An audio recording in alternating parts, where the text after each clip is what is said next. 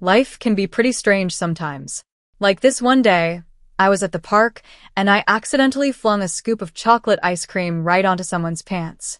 Let's just say, my name's Julie and clumsy moments seem to follow me everywhere.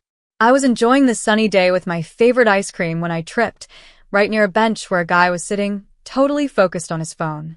"Oh no, I'm so sorry," I blurted out as the ice cream landed right on his leg.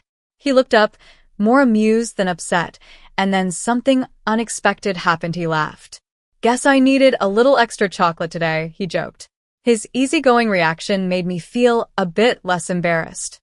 I quickly grabbed some napkins to clean up the mess. "I promise, I'm not usually an ice cream attacker," I said, trying to laugh it off. He waved his hand and smiled. "It's okay, sit down," he offered, motioning to the spot next to him. "I'm James, and thanks to you, I've got a funny story about how my day got better." I smiled back and sat down. "I'm Julie, and I guess I owe you an ice cream now." We hit it off right away. It turned out James worked in IT, not far from where I did my web design work from home. We talked about everything from tech to movies, and by the time we parted ways, we had already planned a date for the weekend. Fast forward, and things between us were going great. But then came the day I met his mom, Mrs. Charles. James had mentioned she was a bit old-fashioned, but nothing could have prepared me for meeting her. When I walked into their family home, there she was, sitting with a big astrology book open in front of her. "Hi, I'm Julie," I said, reaching out to shake her hand. She looked me up and down, clearly judging me, before lightly taking my hand. "James tells me you're a web designer and work from home," she said in a tone that made it sound like it wasn't a real job. "Yes, I've been doing it for a couple of years now, and it's going really well," I replied, feeling my face flush. She just hummed, flipping through her astrology book. "And when's your birthday, dear?" I told her, and she ran her finger along the pages of her book before clucking her tongue. "Oh, that's a tough date. Very challenging and not astrologically compatible with my James," she said, looking disappointed. I tried to stay calm, but it wasn't easy. "Well, we're doing just fine so far," I said. Mrs. Charles smiled, but it wasn't a friendly one. It was the kind of smile that made it clear she thought she knew better. "We'll see, dear. These things have a way of showing their true colors in time." The whole visit was tense.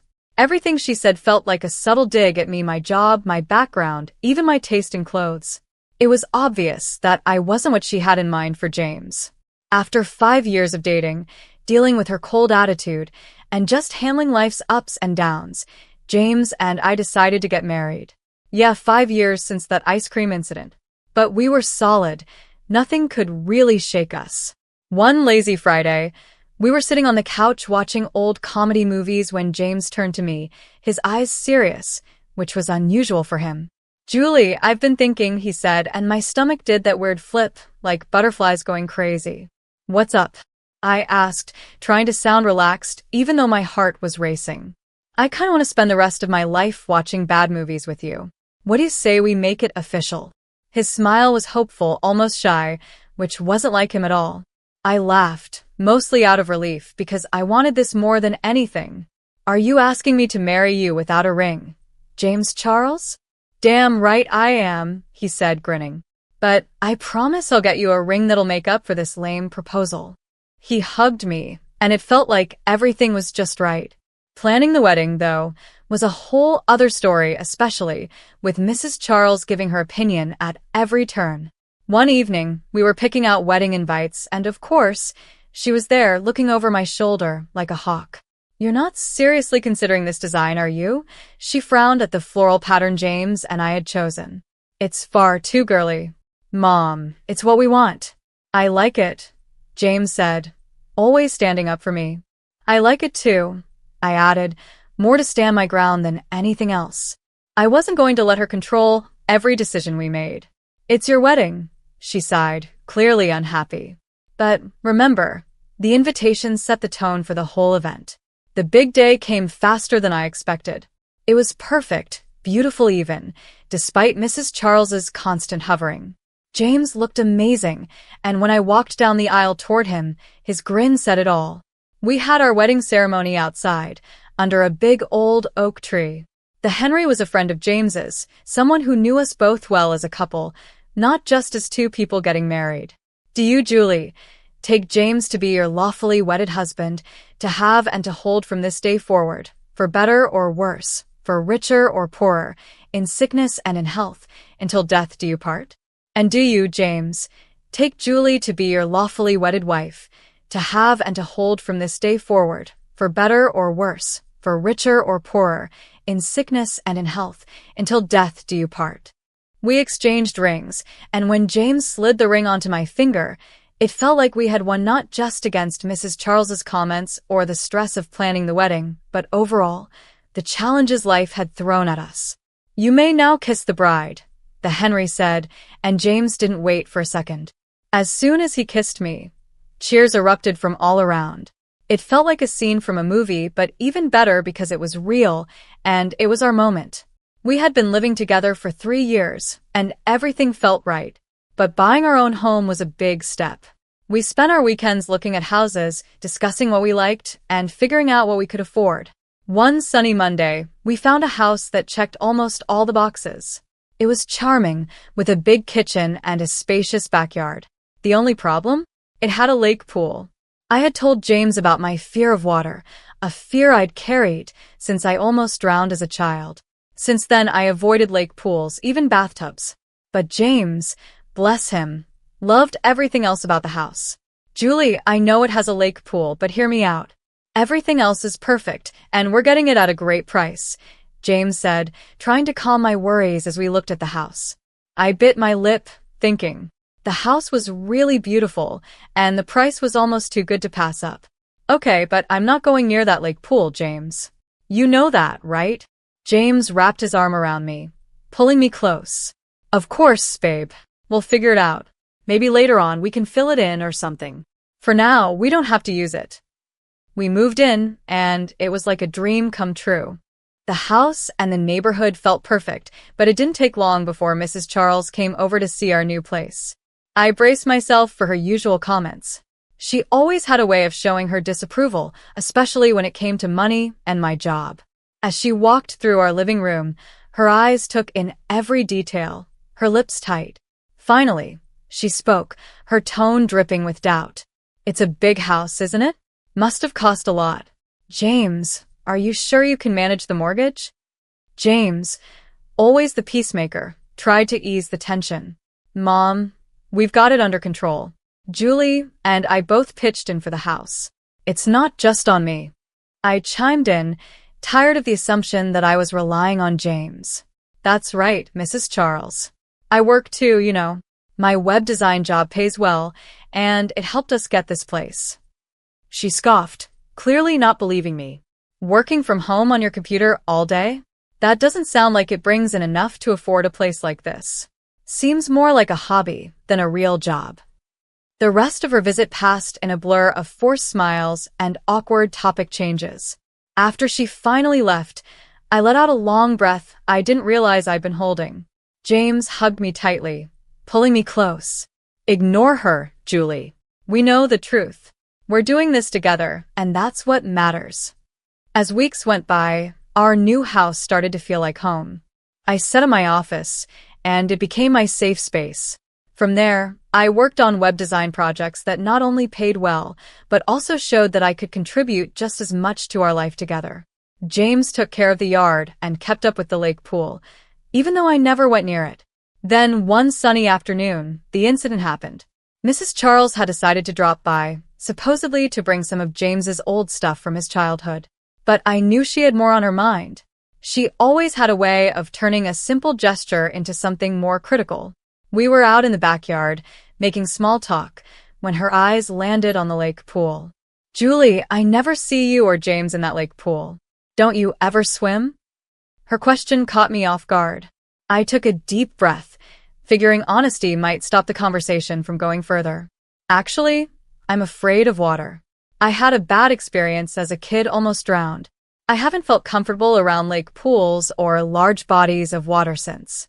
Her expression changed from curiosity to something different. I couldn't quite figure out what Mrs. Charles's expression meant. Was it disbelief? Disdain? Whatever it was, it didn't feel supportive. Well, That's just unusual, isn't it? A grown woman afraid of a little water, she scoffed, and I felt my face flush with embarrassment. I tried to laugh it off, but the conversation left me feeling uneasy. Later, I found out it wasn't just an awkward moment, it was the start of rumors. Mrs. Charles, in her usual way, had shared my fear of water with her friends and family, but she had twisted the story. By the time it made its way back to me, the story was that I was mentally unstable because of my phobia. A friend who'd heard the rumor asked me, "Julie, is it true what they're saying? That you're too scared to even look at your own lake pool?" I felt hurt and betrayed, so I talked to James about it. He was just as surprised. "She said that? That's it. I'm talking to her, this has to stop." James confronted his mother, and things exploded. He made it clear her behavior was out of line, but instead of backing down, Mrs. Charles got even worse. She started accusing me of manipulating James and trying to keep him away from her. One afternoon, she called me directly, her voice sharp and accusing. "You're just trying to keep me out of the house. What are you hiding, Julie? Meeting someone else while my son's at work?" Her words were like poison, meant to hurt me. I was stunned. "Mrs. Charles, that's ridiculous. I would never cheat on James, you know that." But she wouldn't listen. "Oh, I know your type. You think you're clever, but I know what's going on." I told James about the call, and he was just as shocked. "She said that? That's insane, Julie. You know it's not true, and I know it's not true," he said, trying to laugh it off. But I was shaken. The fact that his own mother would go so far to make me look bad was disturbing. James agreed, and we decided it was time to set some boundaries. After that, Mrs. Charles's visits became less frequent. And when she did come over, James made sure to be there so he could step in if needed. Things started to settle down, but a few weeks after the big blow-up with her, I began noticing small things that seemed off.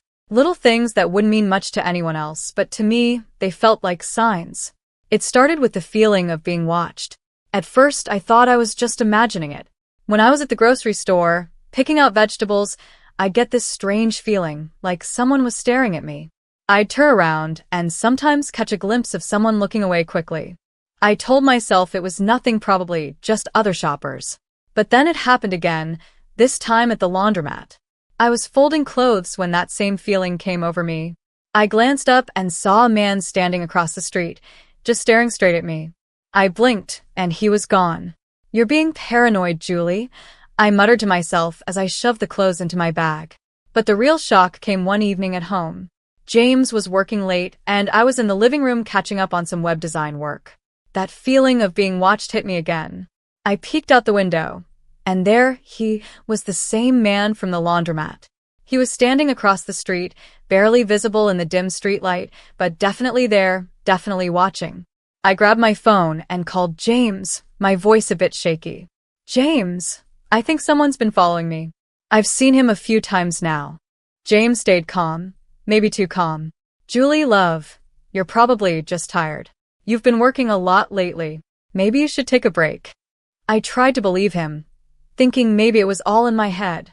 I started doing yoga and tried meditation to calm down, but the uneasy feeling wouldn't leave. I just couldn't shake the sense that I was being watched. Then it happened again. I was leaving the grocery store, and there he was, standing in the parking lot. This time, I was ready. I quickly pulled out my phone and snapped a picture before he could walk away. Finally, I had proof this wasn't just my imagination. That evening, I showed the photo to James. I could tell he finally understood. "Okay, that's not normal," he admitted.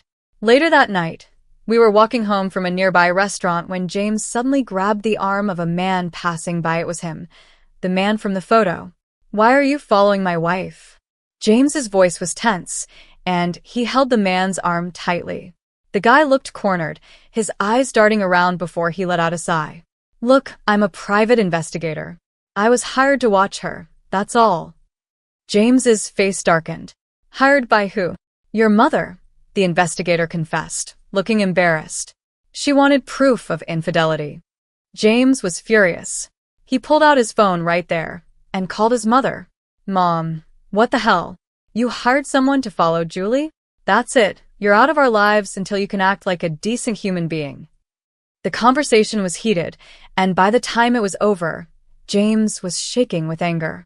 On the way home, he apologized to me over and over. The next day, James went out and bought cameras for every corner of our property. No one's going to invade our privacy like that again, he promised as he installed them. After everything that had happened, James suggested we take a vacation to clear our heads.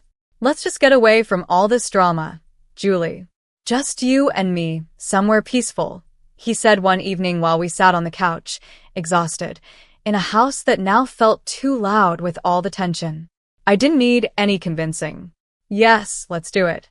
I really need a break, James.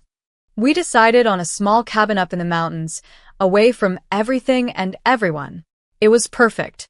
The air was fresh, the views were beautiful, and most importantly, it was just the two of us.